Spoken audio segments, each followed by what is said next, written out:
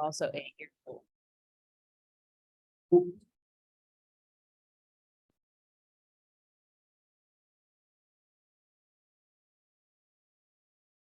So welcome, everyone. We'll get started in another moment. Thank you for joining us.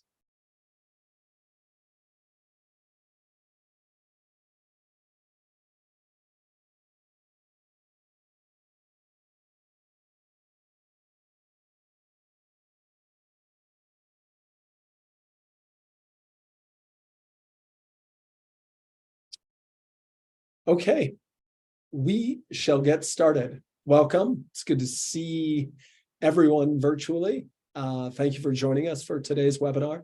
My name is John Horning. I'm the Executive Director of WildEarth Guardians.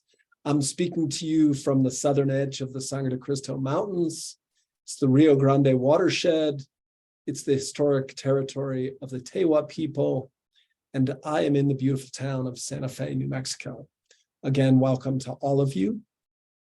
We have a great audience this afternoon with Guardians supporters from all over the country and all over the West. We love the virtual because it allows for us to connect. And we also love the in-person, but we appreciate this opportunity to bring people together from all over the country and all over the West to create a stronger sense of community and belonging in the work of protecting wildlands and wildlife and wild rivers, of course. In these WildEarth webinars, we bring together national issue experts, people from frontline communities, occasionally elected officials, and of course, WildEarth Guardians staff. We try to talk about critical issues at a critical time. Our purpose, as always, is to inform, inspire, and activate Guardians like you in service of advancing our vision of creating the kind of world that we want. I will be taking questions, as always, from the audience, both hopefully on the half hour and then in the last 10 minutes. So please share your questions in the chat box. We'll do our best to get to each and every one of them. Today, we are convening to celebrate the 99th anniversary of the Gila Wilderness. It's America's and the world's first wilderness. We're doing so not just to focus on the Gila Wilderness, but to focus on the Greater Gila and our Greater Gila campaign. The Greater Gila is a defined bioregion that extends beyond the wilderness boundary to include unprotected wildlands in both southeastern Arizona, as well as public lands all across southwestern New Mexico. June 3rd is significant because in 1924, Aldo Leopold convinced the Forest Service to designate the Gila Wilderness and protect it administratively.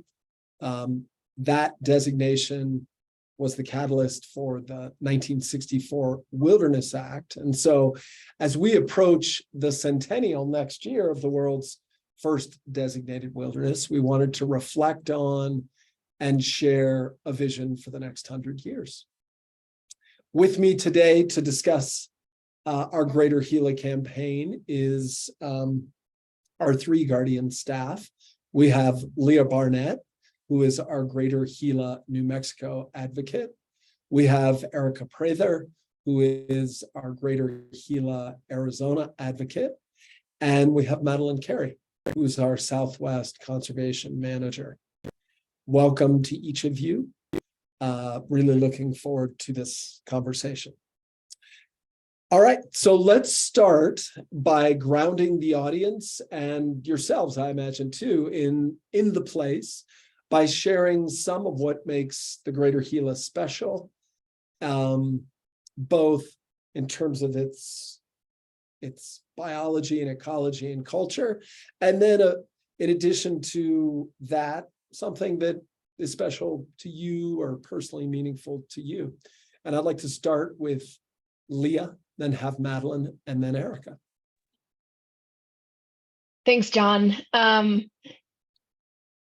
So for the first part of that question, it actually brings me back to one of the first conversations I had with you, John Horning, I think during my first week at Guardians when I was onboarding, when I asked you to define wild for me, because that felt like an important thing for the executive director of WildEarth Guardians to be able to do.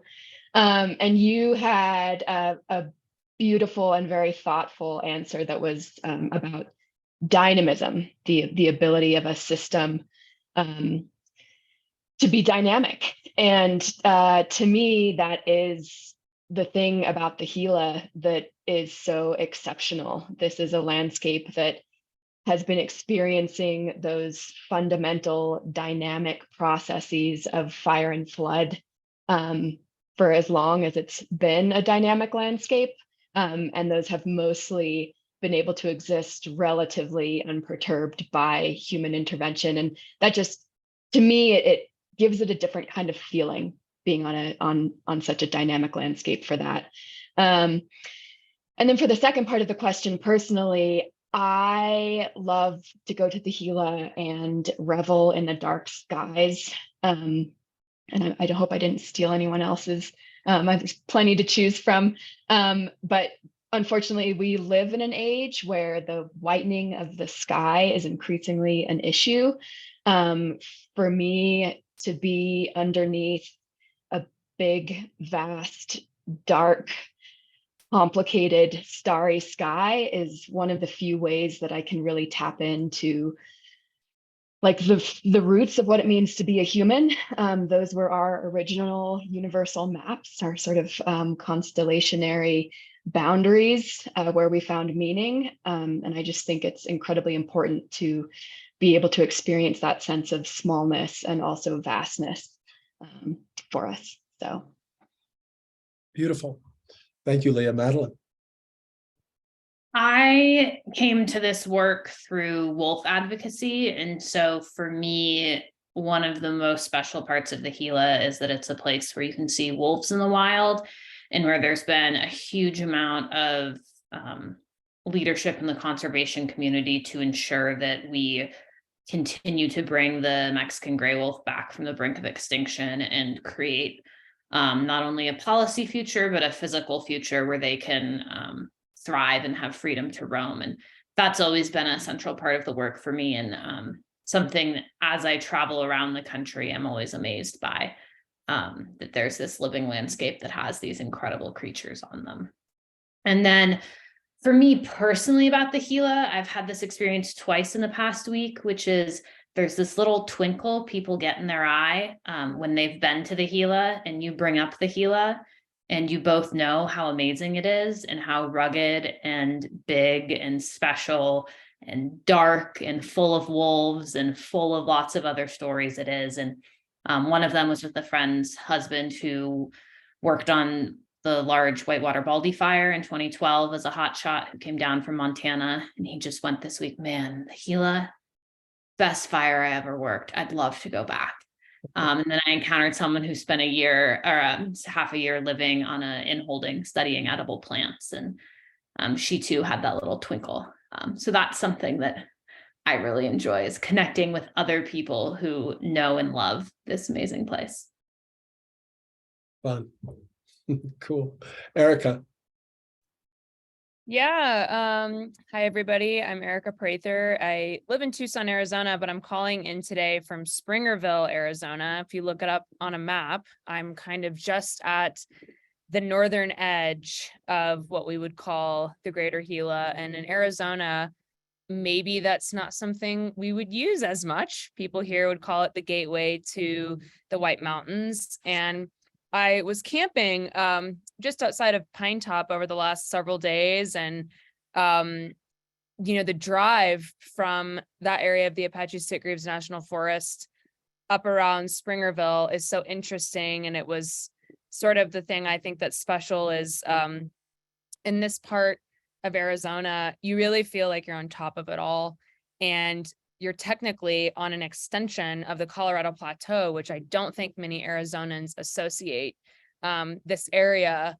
And, you can look out down onto where the rain shadow of the White Mountains creates the painted desert. and Petrified Forest National Park. And then you can look the other direction and see into New Mexico and the vastness of the Gila. And then yet again, you can look out the other way and see into Mogollon Rim and further into the Red Rock. And so you really, I think, are at this incredible, sort of just elevated above it all and sort of seeing where all these different landscapes and ecosystems meet, which is a really special vantage point. And I also think that what makes it a little bit different in Arizona is that it feels like a secret. I don't know. I think like in New Mexico, the Gila is part of the Continental Divide Trail and it's beloved among New Mexicans. But I think that the people that live here know how special it is. And it's kind of neat to sort of introduce it in more of the urban areas to some folks that maybe haven't really thought about how close it is and how special it is, and a place to cool off. And if you live in the Sonoran Desert like I do. So that's my answer. Well, I wasn't certain that that was the right question to begin with when I thought of it, but it absolutely was the right question, because it's beautiful to see just how personally, just how much of your spirit each of you gets engaged and excited in answering that question. I'm going to take the unusual step of answering my own question, which I have not done before, but I'll be very brief. My thinking of dynamism actually your comment, Leah, made me think of this. The fire lookouts across the Gila are something that everyone should hike to and climb up. They all have incredible viewpoints, kind of to your point, Erica, about what makes the greater bioregion so special. You do feel like you're on top of the world. And doing a backpack for 2.5 days through a fire was one of my ecological epiphanies that I did in the Gila wilderness. So we're going to pivot quickly in the interest of time. And this question is for you, Madeline. Public lands, the American West, and the planet all face a set of compounding crises that raise fundamental questions of all kinds of different dimensions. So let's talk about how these realities influence our thinking about what's necessary and possible in the Greater Gila. The floor is yours, Madeline.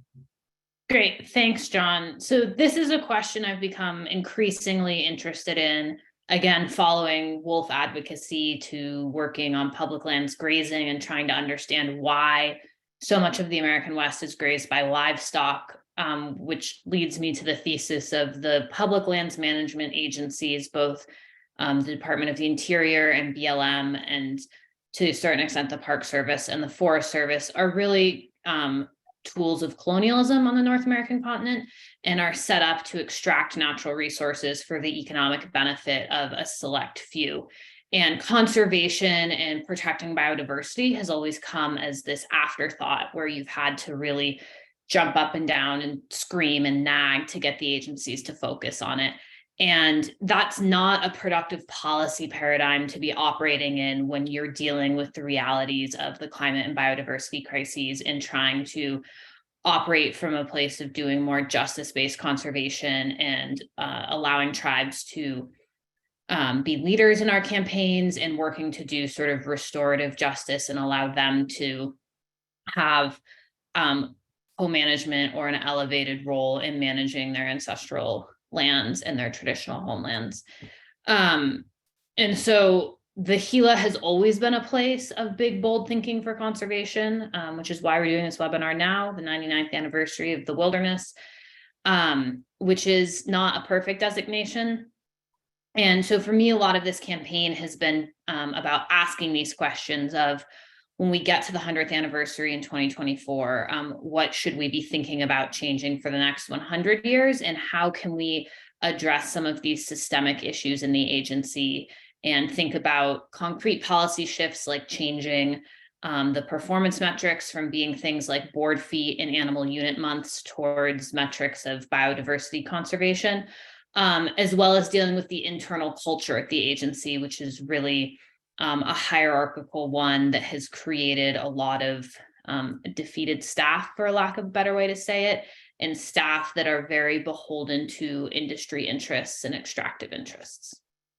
And it's sort of recognizing that I think the land management agencies, particularly after the Trump administration, are really at this crisis point after many decades of systemic defunding, while being increasingly asked to manage many different priorities at what's really a crisis point for nature.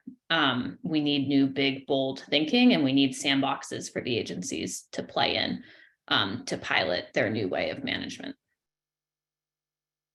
From such sort of tremendous existential threats and the challenges of agency culture, I want to pivot to the threats that we experience on the ground that are symptomatic of everything you just described, Madeline.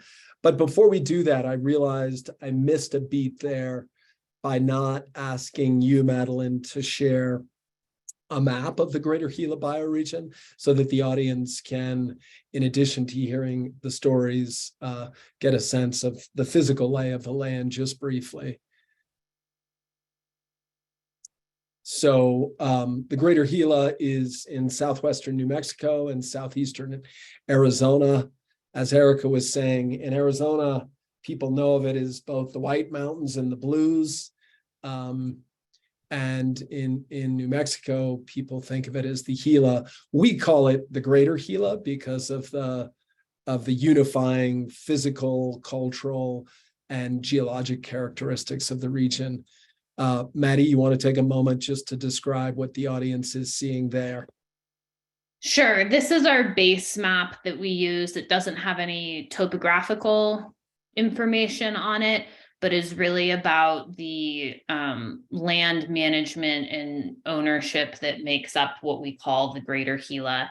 It has a lot of the reservations on it, as well as in yellow, we have Bureau of Land Management land. Light green is Forest Service, and dark green is designated wilderness, or in the case of the dark green off to the bottom right, a national monument. And this sort of speaks to the scale of what we're talking about, and the amount of country that it straddles from almost the banks of the Rio Grande all the way up to the landscape Erica was talking about, where you can see the rain shadow of the mountains up by Flagstaff. Yeah. Let's keep the map up there for another moment. Before we get to threats, which we will in just a moment, I want to say one thing that to me is remarkable about the Gila. On its north-south axis, you have kind of Rocky Mountain influences and Sierra Madrean influences. The Sierra Madre from the north, Sierra Madrean from the south, the Rocky Mountain from the north. On the east, you have Chihuahuan, and on the west, you have Sonoran. And again, on the north, you also have the Colorado Plateau, as Erica noted. So all of that comes together in the Gila, and there's just tremendous biological diversity as a result of all those influences that mix in the Greater Gila. We're going to pivot. Thank you for that, Madeline. To threats. The Greater Gila is a landscape under threat. What are some of the galvanizing threats that we are grappling with? And we'll start with you, Leah, and then go to you, Erica. Thanks, John. Yeah, a big focus of my work recently has been responding to an exploratory mining operation that's taking place virtually in the heart of the Greater Gila, in a little community called Mogollon. There are roughly 15 people who live there. It's about 5 miles from the northern edge of the Gila wilderness boundary. And there's a sort of renewal of interest in gold and silver in that region. So there's currently a Canadian mining company that's been conducting exploratory drilling operations virtually in the backyard of these people who live in Mogollon. So trying to shut that down early before it potentially morphs into a larger operation with processing facilities and milling facilities and all that sort of thing. And then there's been ongoing threats of military training operations, subsonic and supersonic flyovers, which just seems like a crazy thing to happen over such a fragile place, disruptive for a lot of different reasons. We had a recent hydro storage power facility proposal for the San Francisco River. So various threats like that keep circling around. In addition to Maddie's mention, obviously, climate breakdown and the biodiversity collapse are affecting the Gila in their own way as well. Thank you, Leah. From your perspective, Erica, on the Arizona side of the greater bioregion, what are threats that you're seeing in that landscape? Yeah, well, I think everybody in the Southwest has water on the mind, and it's pretty fascinating that 40% of Phoenix's surface water comes from the White Mountains. So I think sort of as an extension of what Maddie was talking about, extractive mindset. If we're not careful with the way we're thinking about these landscapes, we're really ruining resiliency, not just for this landscape, but all of those that are downstream, all the watersheds that share the bounty of this ecosystem. And, I'm about to meet with the Forest Service in a couple hours and ask where the old growth is that apparently is being logged just in the area that I'm, very close to, because that's also concerning. I'd say, this, why are we logging our carbon sinks? This is one of our biggest tools to the climate crisis, is leaving these landscapes alone so that, we're not releasing more carbon into the air through logging. And thanks for pulling that map back up, Maddie. I just wanted to point out, kind of right in the heart of the map, you'll see that says the Blue Range in New Mexico, and it has a counterpart in Arizona, but it's not designated wilderness, which is why you don't really see it on this map. And it's called the Blue Range Primitive Area. It's the last primitive area in the United States. Every other primitive managed area on Forest Service lands was converted to wilderness when the Wilderness Act passed in 1963.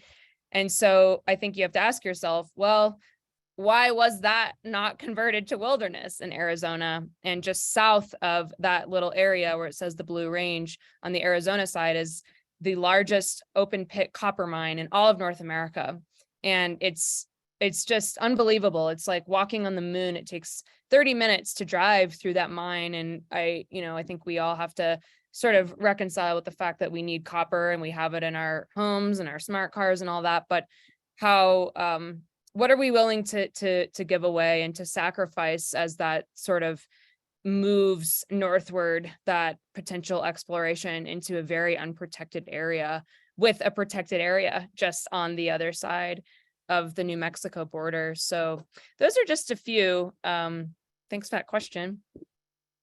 Sure. Madeline, do you want to touch on some additional threats? Sure. So a big focus of the work, of my work, is dealing with the impacts of public lands grazing in the Greater Gila. And the Gila National Forest and some of the permits on the Apache Stick Graves National Forest are some of the only Forest Service permits that are authorized for year-round grazing. And there's been long-running systemic impacts, both to the physical landscape in terms of grass and grass species and erosion and water quality, as well as impacts that come from the livestock management, not just the cows themselves. So persecution of native carnivores like wolves and lions, and a real sort of dominance of cows in public lands policy and how we see land management decisions made in this landscape. And that continues to this day. Most of the ranches are quite small. A lot of them aren't economically viable without significant subsidies or other streams of revenue for the ranching operations. And it really, you can go down there in April after a dry winter and a dry spring, and it looks absolutely threadbare. And you can also find cows up at 9,000 feet on steep slopes that look like ski runs with aspen trees. So we're not talking about big rolling valleys shaped by glaciers that have big creeks and pastures in the bottom. A lot of the graze landscape looks like what you can see behind me, and has a really high order cumulative impact on watersheds that you see downstream in terms of water quality impacts and water quantity availability. So from copper to cattle, both culturally influential and economically powerful interests that are entrenched in the region. I want to pivot from copper and cattle to community and jump a little ahead in our conversation and ask you, Lee and Erica, you do engage a lot of frontline communities. I know, because I've heard stories, lot of fascinating characters that live in communities scattered across the bioregion. So I'm going to ask you two interrelated questions. Why do people live in the Gila? What about the place brings them there and keeps them there, whether they've been there intergenerationally or, only in the last decade? And what do these individuals and the communities they represent see as the future of the Gila? Why don't you go first, Leah, and then you, Erica? Yeah, I mean, obviously I can't speak for everyone in the Gila, but from my interactions thus far, there's certainly some themes. It's wildness, it's a desire for a deeper connection to the land, a certain silence and solitude, and a real reverence and respect for place. I mean, I would say all the people that I've met in this work thus far love that landscape, deeply, deeply love that landscape. And there has been also a general theme of a desire for some kind of transformative change for the communities in terms of opportunities for economic development that aren't derived from extractive uses of the land. So opportunities that both really serve the communities. I mean, I think this is part of a larger question of sort of what is the future for rural America. But, people want to see tourism and outdoor recreation. Astrotourism is the new thing, bringing people in for the dark skies. I've seen a lot of enthusiasm in conversations with folks about that being the future of some of these communities in the Gila. Great. Erica, what are some of your reflections on people and place and what inspires them and what their hopes are for the future? Yeah, I actually wanted to circle back to your fire lookout comment because on a hike 2 days ago, found myself underneath a fire lookout and speaking to a man who has come there every summer from Tucson since '97. And man, it was a trip talking to him about just, decades of lightning strikes and weather and everything he's witnessed. And you could tell that it was a deep well of inspiration and spirituality and solitude for him, and all the things that Leah so beautifully articulated. I think that's a pattern across this landscape. And then of course there are people that have lived here for generations, and it's kind of touching on that second question. They have an enormous sense of pride about the landscape and its beauty and the reason that it attracts so many people here.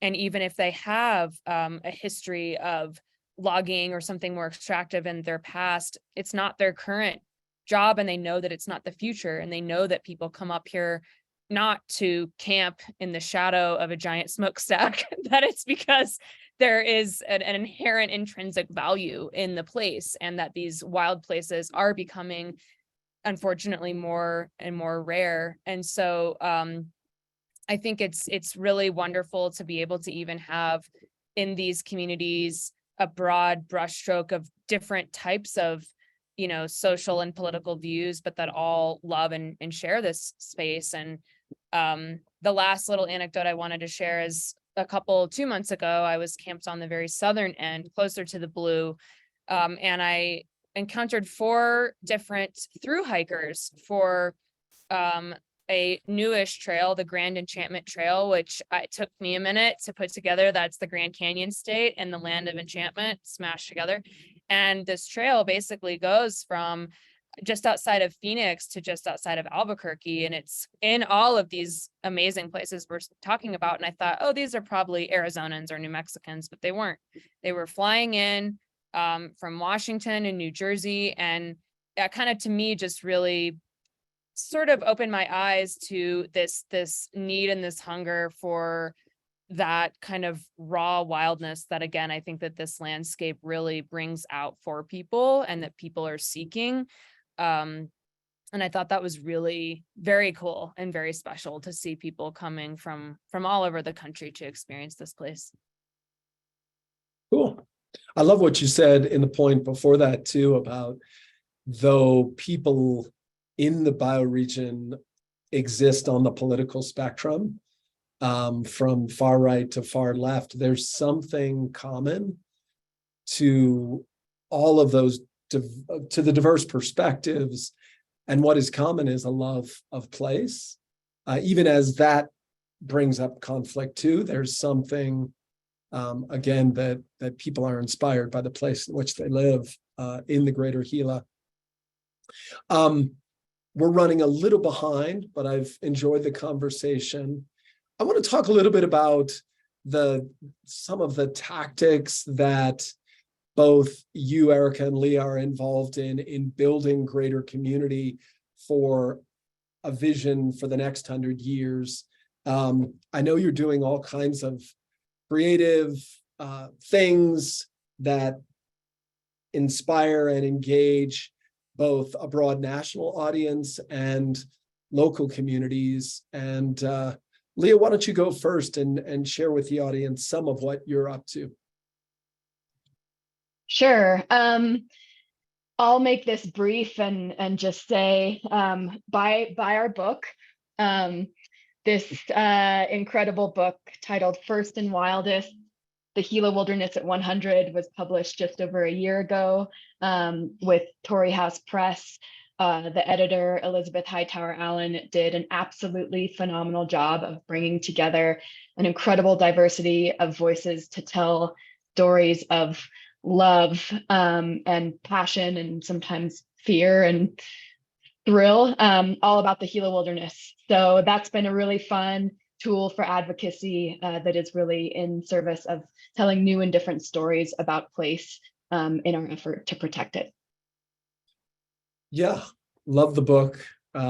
Take another moment and talk about the film and the film that you worked to create and what that is in service of as well.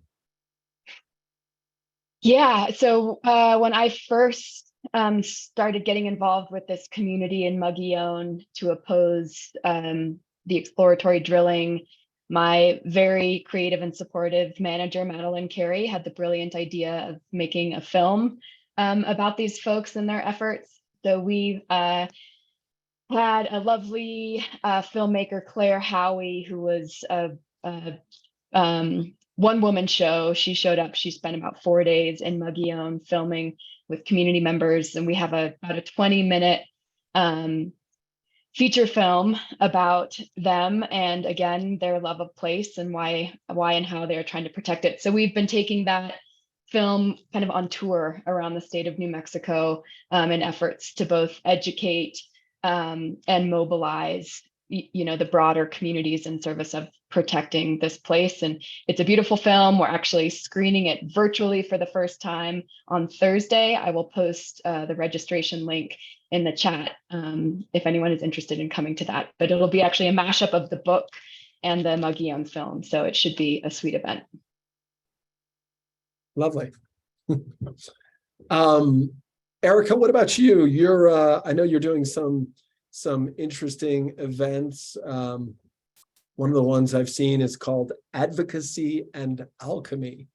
What are you trying to achieve with these events, and what really excites you about them? Yeah. So yeah, Advocacy and Alchemy is a little bit of a tour. We started a couple weeks ago in Tucson. I've been partnering with a guy named Hernan Castro, and his business is called The Desert Alchemist.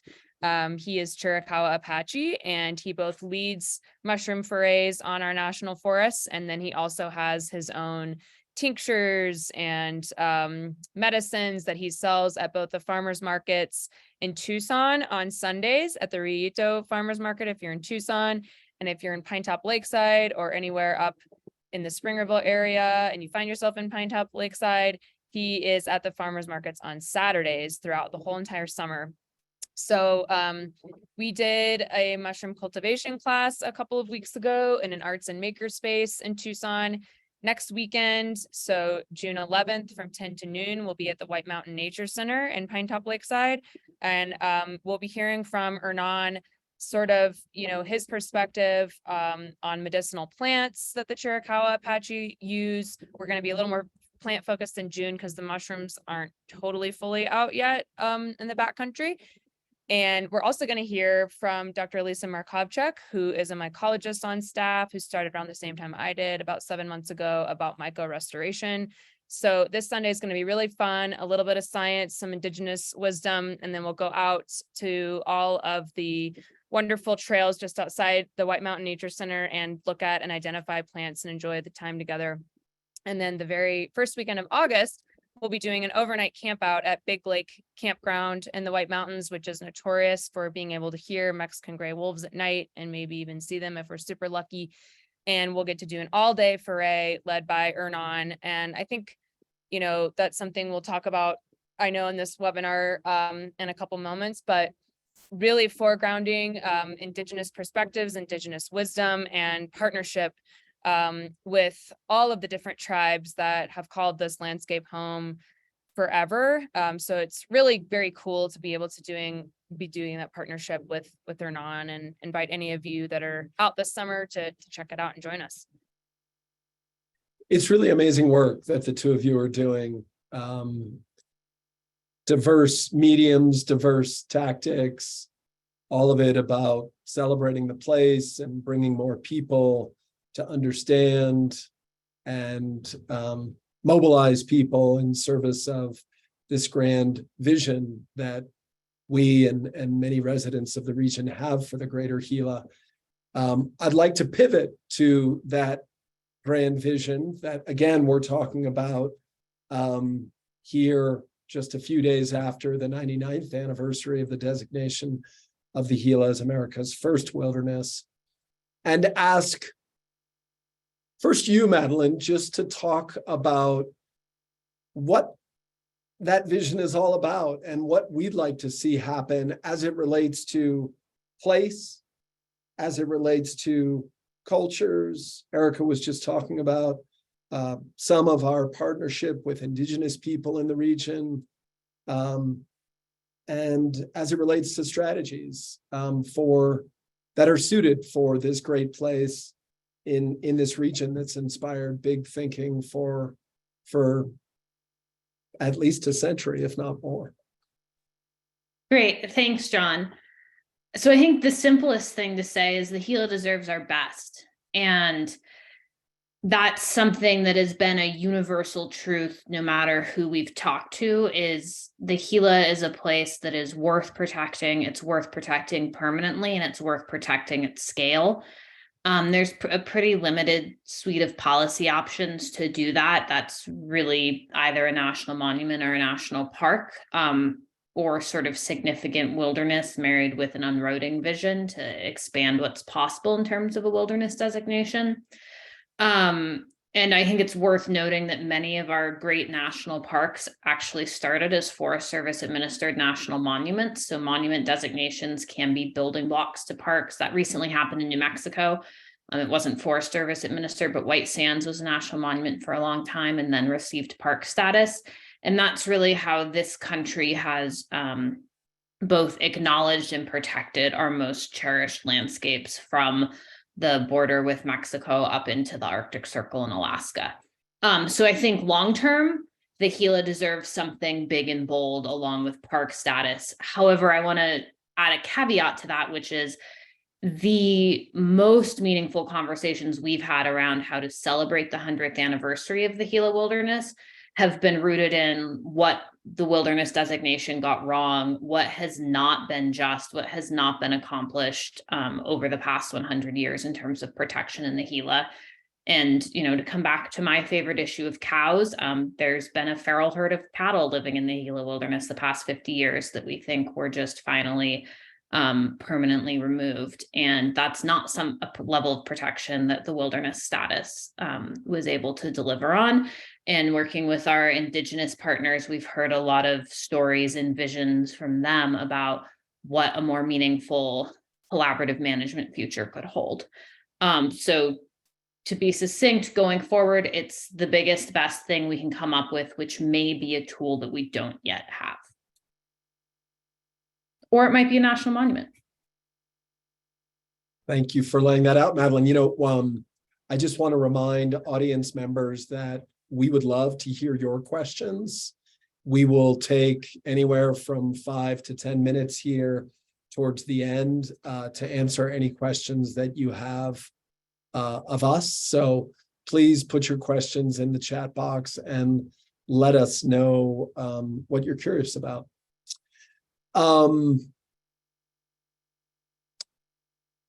Grand vision, a lot there. We don't achieve grand visions overnight, and there is the work that is foundational to getting there that we're engaged in. What does that work look like in the coming weeks, months ahead? I'll push it back to you, Leah.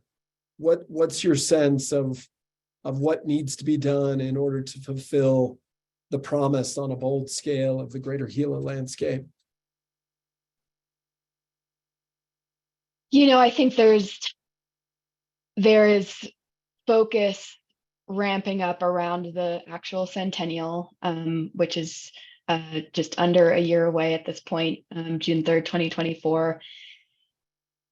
There is interest locally, regionally, nationally, both to do a lot to celebrate all that wilderness has meant in terms of the sort of gold standard of protection in this country, and also a real desire to articulate a vision for the next 100 years.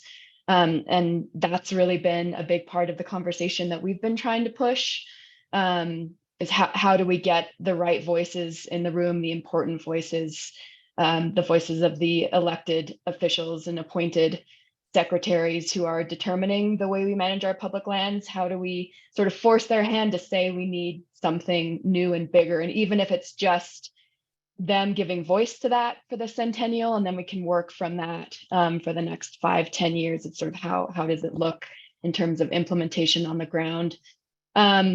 We have the final forest plan for the Gila coming out any day now. That's just another major focus for management that will continue to try to work to shift. It's not perfect by any means, and it does have real consequences for administrative procedures on the ground. And then we'll just keep holding events around all the various gateway communities in the Gila. More book events, more film screenings. I think the more that we can get people in a room together feeling a shared sense of celebration and ritual in terms of identifying with place is an incredible way to build power and remind people that they do actually have a voice, and that voice is important. And it's about this long-term future vision that we all need to be collaborating on in order to make real systemic change. What about you, Erica? We talked about some of the things that you're doing, but I know you're also engaged with community leaders and elected officials. What describes some of that work, and then we'll get to some audience questions. Yeah, thanks. So I'm really excited. Late summer or early fall, what's called the Eastern Arizona RAC, or Resource Advisory Council, will be meeting. There's probably around a dozen of us that represent a variety of interests, everything from folks that work for logging corporations to myself. I just met someone this weekend who's on the town council with Pinetop Lakeside, and we will all be coming to a consensus of how millions and millions of dollars should be spent on our national forests in eastern Arizona. So not just the Apache Sitgreaves where I sit, but also the Coconino and the Coronado. So that's really exciting. It's going to be a lot of lively discussion, to say the least, and a chance to interact with the agencies and push for, again, a paradigm shift from within. And on kind of the hyper local level, meeting with a lot of folks that are in mayor's offices to talk about what is the future of this landscape? What do folks want to see more or less of? And then, of course, I brought to this job a lot of interaction with members of Congress, and we have a lot of shifts in Arizona. The districts that the Apache Sitgreaves sits in both flipped from Democrat to Republican, rather. So a lot of education of those offices as they are new, and really showing folks in Arizona at that level, at the federal level, that it's safe and that people in this state really are conservation values oriented. And it's something that they desperately want out of their elected officials.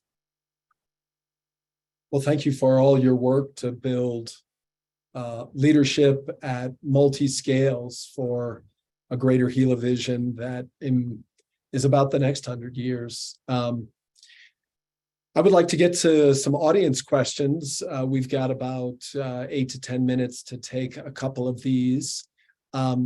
This one is from an anonymous attendee, and the question is, under a co-management concept, co-management with tribes, is there any way to include large Arizona res in Greater Gila?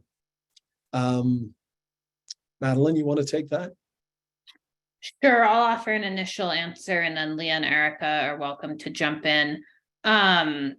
So reservations are sovereign tribal land, and we have no ability to create designations on them. A lot of the co-management work is much more focused on restoring treaty rights or honoring treaty rights that have been broken by the US, and giving those tribes additional say in management on federal lands like national forests and Bureau of Land Management lands. And I think underpinning all of this is really Guardians not dictating a co-management vision, but rather trying to resource and build relationships and create space where tribes have the capacity to lead on what their vision is. And we really take the standpoint of what the agencies are currently doing is not good enough and will not be good enough in the future. And we need to do better and create new paradigms and concepts. Anything to add to that, Leah or Erica? Okay, I'll just add one thing, which is that the Chiricahua Apache tribe, or some members of the Chiricahua Apache tribe, are not officially recognized by the federal government for reasons that are too complex to go into on this webinar. But as a result, we're not only engaged with officially recognized tribes, we're also engaged with Chiricahua Apache who do not have official recognition of the federal government. And that just adds to the complexity of the region and the stories, and it's a critical dimension of the place. And I want to build a bridge to a question that someone else asked. One of the Chiricahua Apache who's not officially recognized was featured in a Nat Geo story that is the cover story of the current National Geographic. And he has, and this is the bridge to the other question I saw in the chat, he has a guiding company that where he will take customers on pack trips into the Gila wilderness. And perhaps Madeline or Leah, you could put his contact information.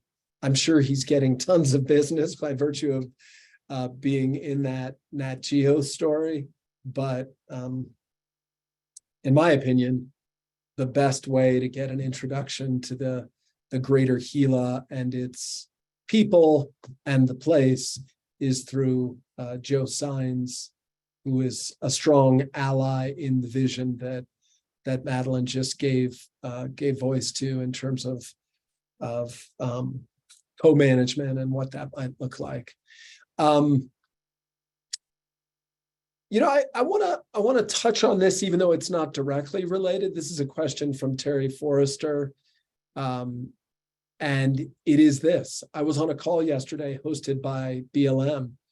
The discussion on conservation leases caused me more concern than comfort. What is your take? You want to take that one, Madeline?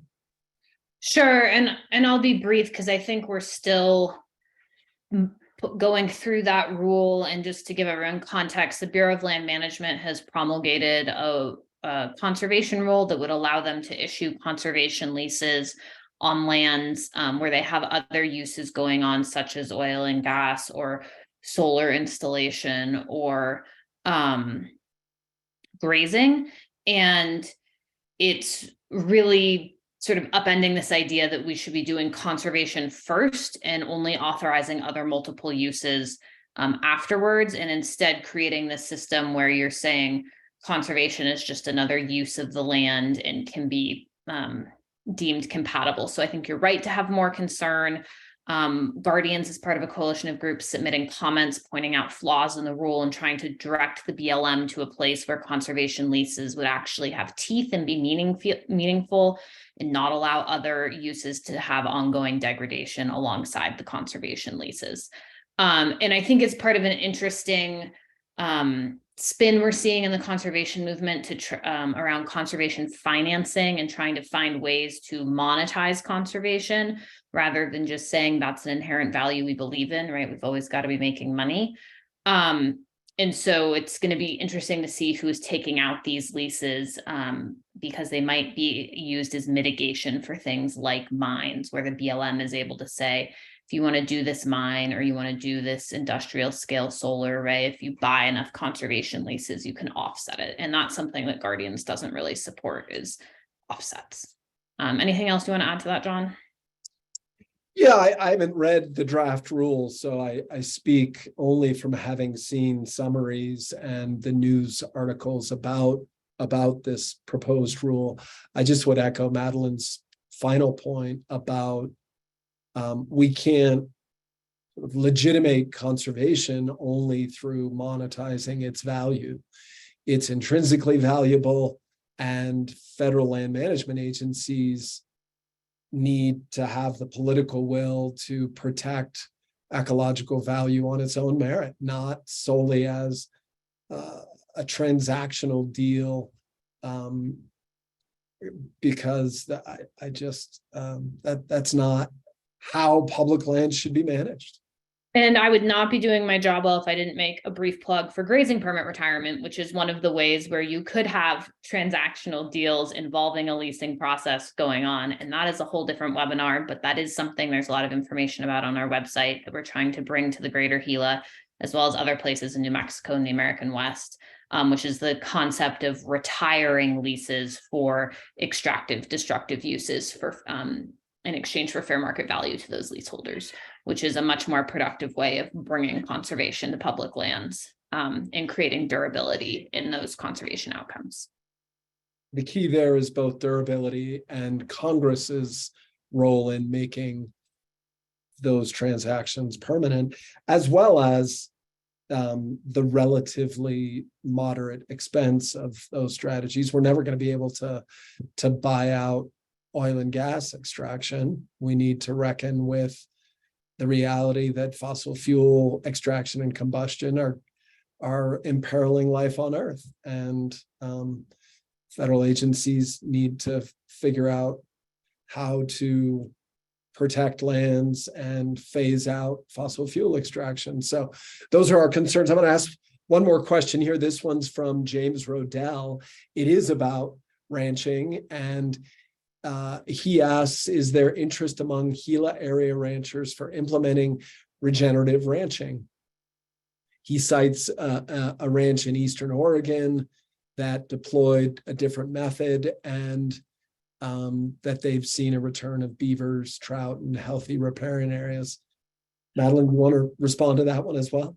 Yeah, regenerative ranching is a can of worms. There are places where it's totally appropriate and really successful. And unfortunately, has happened is the beef industry and the livestock industry has taken some really good science and tried to paint with broad strokes. And what I always say to people is, imagine if you've been somewhere on the coast, coastal mountains in Washington state, or maybe in Maine, and what the soil feels underneath your feet versus what the soil might feel like if you've been anywhere in the Rocky Mountains. And that's because we have different plant communities and different soil composition everywhere on the continent. And a lot of the regenerative concepts are only applicable to certain soil horizons and vegetation types, in particular, where you may have historically had large bison herds, which is not high altitude places in the Gila. So there are ranchers who are interested in doing types of regenerative ranching. And the big thing we've seen in the Gila is switching from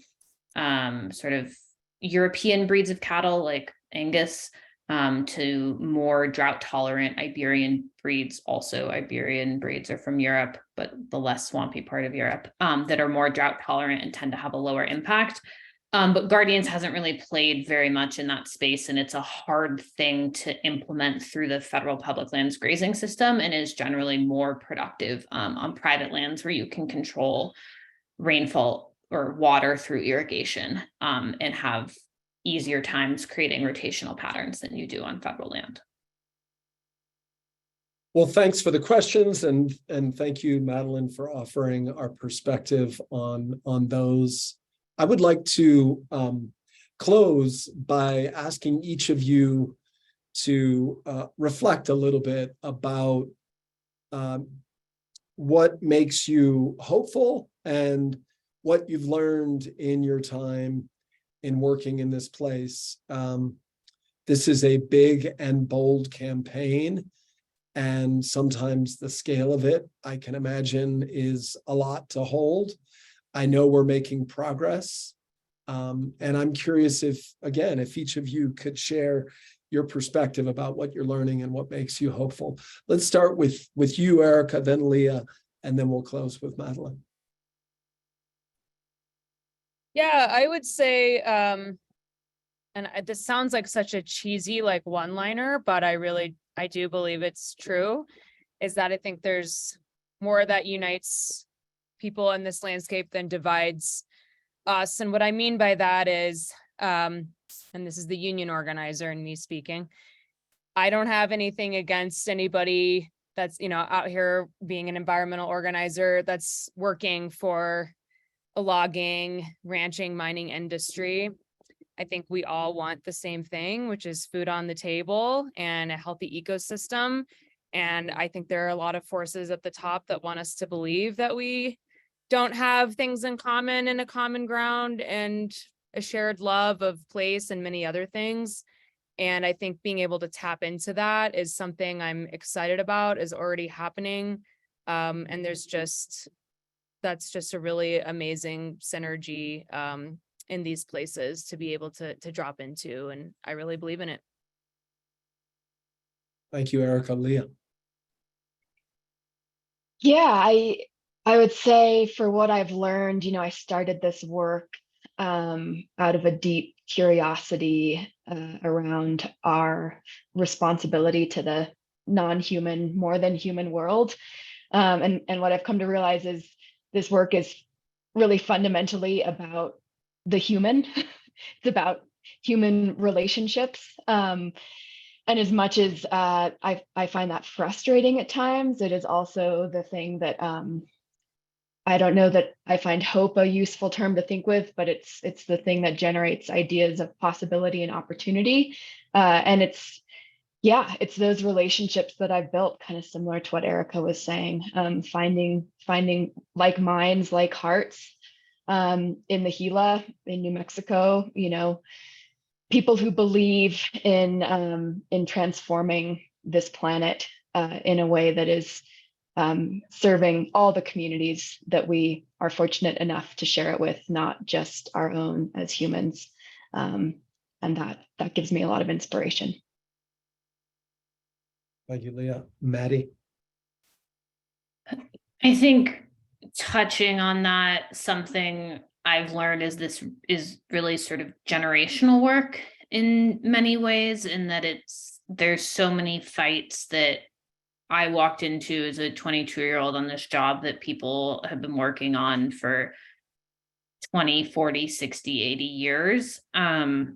And it takes sustained effort and attention to move these big, bold visions forward. And it's incremental at best. And the thing that gives me hope is really my team that's here today. You may hear my 3-month-old daughter in the background who is woken up from her nap. But I just got back from parental leave, and it's been amazing to come back and see how much the work goes on without me, and how creative and smart and brave Erica and Leah are in doing the work, and their own unique vision they bring to it. And that's been awesome, because I think the work feels lonely sometimes, and the more people you have buying into the vision and bringing their own perspectives to it, the more possible it all feels. Thank you, Maddie. I'm reflecting on your efforts, Erica, to build community and create community wherever you go. It's a thread in your work and life. And Leah, you started with the word curiosity. You embody it, and I'm sure that spirit of curiosity attracts energy and builds bridges with all kinds of people. And Madeline, your wisdom and your sustained effort. We've got a great team here working to advance our vision for the Greater Gila. It is, as you've heard, bold, no less bold than the same vision that Aldo Leopold convinced the Forest Service to embrace 99 years ago, just bold in different ways to reflect the needs and urgencies of this moment in time.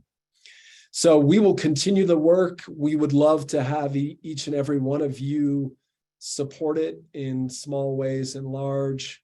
Know that there are opportunities to help us advance this vision. I encourage you to go to our website, and if you're not already signed up as an email activist for us, do so. We'd love to have your support, and we will need your voice in order to do what's necessary for the Greater Gila. So thank you, Leah, Madeline, and Erica, and thank you to the audience for your participation and questions. And we'll be doing more of these webinars about every 6 weeks for the remainder of the year. So look for those, and we hope to see you on the next one. Thank you all. Adios.